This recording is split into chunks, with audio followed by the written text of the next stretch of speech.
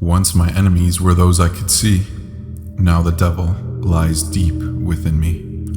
But angels still speak to me, whispering, "Let it out. Let it be free."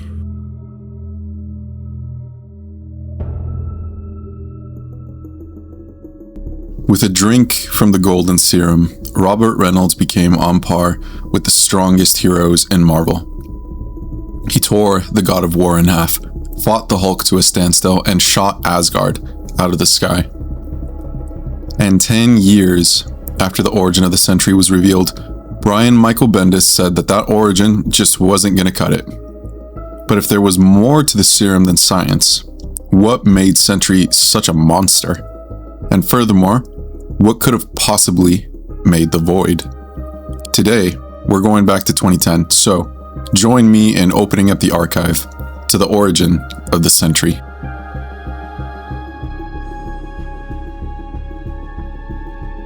Let's go back to 2010.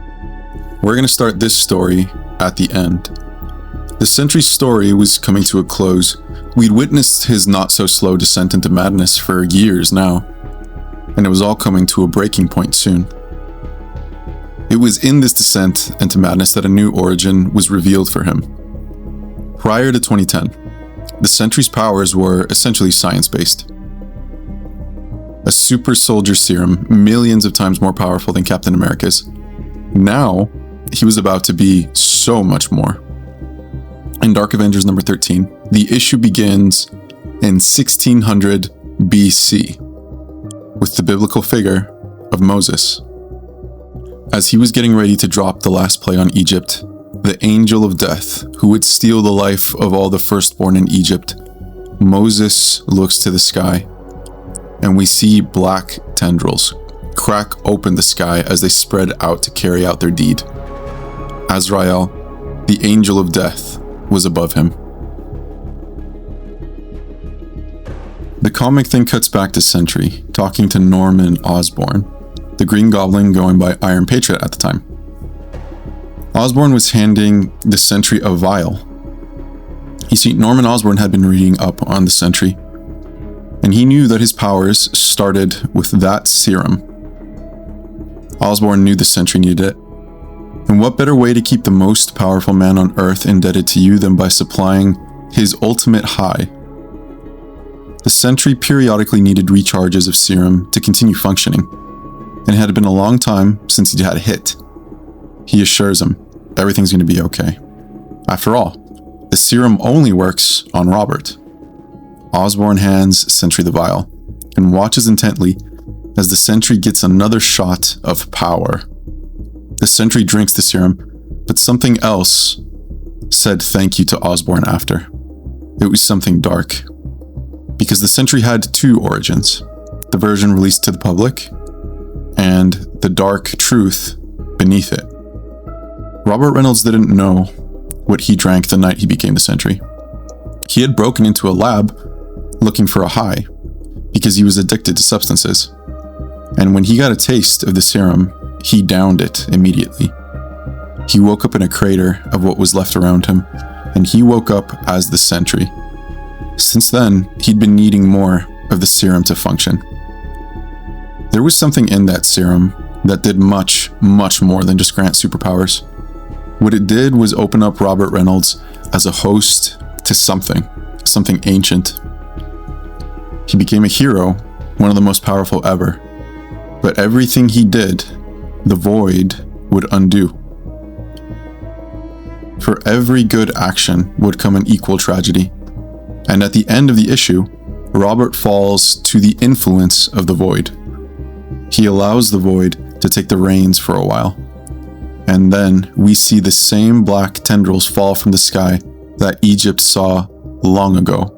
He dropped a plague of death on New York because he could no longer keep the Void at bay. But with this information, we've opened up a lot more questions. What was in the serum? Why Robert? Is the Void truly the angel of death? Why could Robert contain it in the first place? Who's in control? Can Robert really push back the influence of Azrael as a normal human? And the answer to all of these questions is simple. It was never really explained.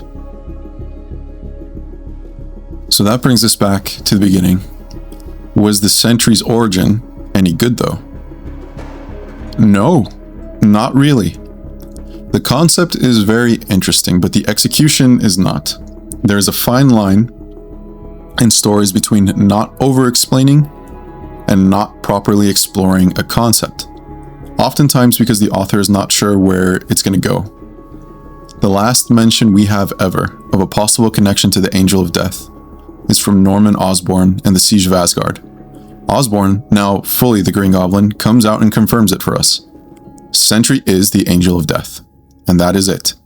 It will never be referenced or heard of again. It's not enough. It's too grand of a concept to have it confirmed through exposition. So, for the origin of the Sentry, I have no choice but to rate it a generous 3 out of 10 stars in the archive. It is an unfinished idea, and even if you have all the ingredients for success, you still need to bake them to make a cake. Otherwise, you have milk and raw eggs in a bowl.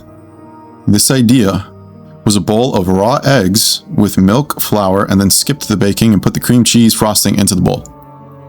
So, let's make Brian Michael Bendis his cake. If you want to use the Angel of Death concept, then use it, but take the time to make it meaningful. For example, if Bendis wanted to go the route of a person who got power that shouldn't get power, and what that would look like for the world, I would rewrite it as follows. Sentry was one of thousands of homeless and substance-addicted individuals who responded to the ad placed by the US government. The ad promised to give the individuals the ultimate high, one that would cure their desire for other drugs and managed by the government for free. The reality was, every single person who took a shot of this drug died excruciatingly. The energy released in them would tear their bodies apart, and they'd be quietly swept away, never seen again. In reality, the government was testing out a serum that would open up the individual to possession by Azrael, the Angel of Death. Because you see, the US government had never been more vulnerable. The gods of legend were real. Thor, Hercules, Balder, Zeus, Odin, they were all real. And they couldn't be contained by mortal man. Sure, they were on our side for now, but not all of them.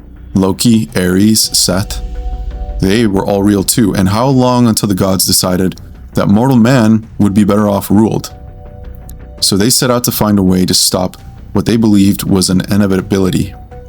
They found a way to bottle an angel, specifically an angel of Yahweh, one that had already demonstrated its wrath against a civilization rich in history and gods, Azrael.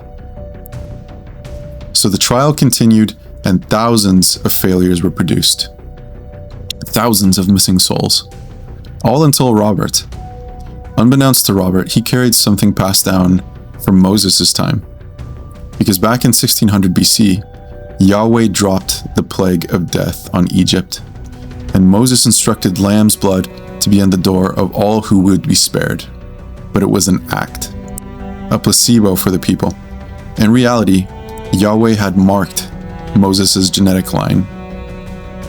Call it genetics, call it a blessing, call it a divine mark. Whatever it was, it gave Moses the ability to withstand the presence of the angel of death and direct its wrath away from his people. That mark survived, passed down for thousands of years, until eventually a trace of it ended up inside of Robert. Robert bonded with the angel and received power undreamed of, the power of 1,000,000 exploding suns. But Robert was isolated, addicted, desperate, and suffering from severe mental illness. The government knew exactly what vulnerabilities they had in front of them, and they knew how to exploit them. Robert was now completely dependent on a substance only they could provide. They didn't need Robert to be weak, they just needed him to need them. He would get the golden serum. He would be the golden guardian, the man who watches over the country. He became the Sentry. But that's when they noticed the Sentry came with a price. The angel would act out in defiance. He would not be caged.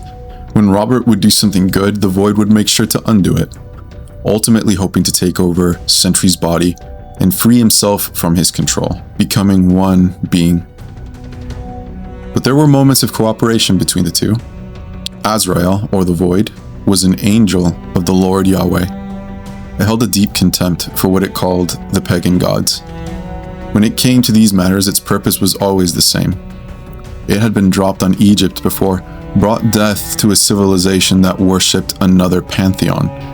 So how could it tolerate a real pagan god in the flesh in front of it? This tension was never higher than when the Sentry was around Thor, for example. And all this time, the man who watches stood in this angel's way. Robert Reynolds took on the role of the Sentry to bar the Void from coming out, and it took everything he had and more every day, every second, thus producing both a very fragile mind, but an enormous will.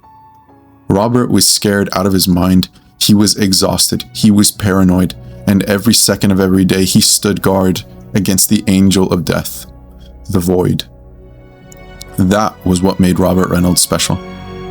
Not that he could contain Azrael, it's that he kept fighting to do it. Until he didn't.